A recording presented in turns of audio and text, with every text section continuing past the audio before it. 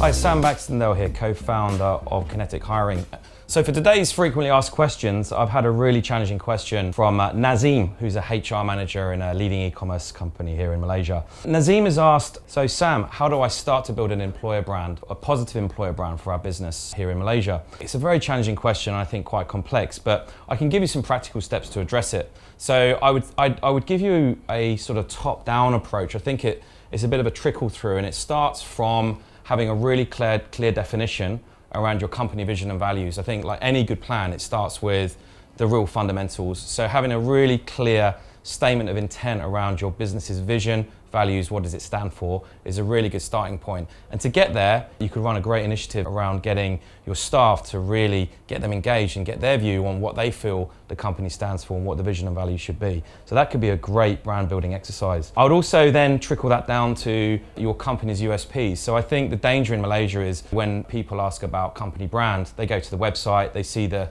typical kind of statement that applies to all companies pretty much. And I think you've got to look past that and look under the bonnet at really what the business stands for from a USP point of view. So just go beyond the website and then really trying to define those unique selling points about the business and the culture and what the organization stands for. So I think working on those things is a great starting point. On to the next thing that those things trickle down to, I think it's really important in today's business setting. If you're going to build an employer brand, you've got to sell your product. And I think that means going online. You've got to build a narrative online that really upholds the values that you've defined that your business stands for. So work on building a narrative. Now that could involve vlogs, blogs, opinion, even things like CSR, good causes that your business backs in the community. So I think the more you do that, the better. You've got to build a brand and you've got to do it online. That is the way people engage with potential employers that they're shopping around to join these days. So that's part and parcel. I also think it's really important to amplify and project your staff, your most important asset after all. So I think when it comes to new hires, promotions, achievements within your business, really bring to life the people contribution and the individuals that are making that happen.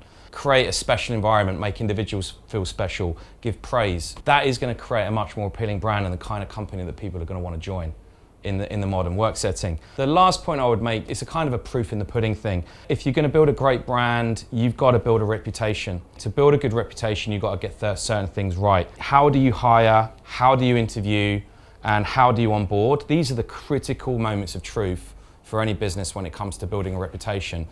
If you get that wrong, everyone's going to find out about that quickly. Whatever profile you've got online is going to quickly unravel. You've got to deliver good candidate and staff experience when it comes to those important aspects of onboarding. That's my advice. Obviously, there's a lot more that we can discuss on that, but as a starting point, I think they're good areas to consider. So thank you.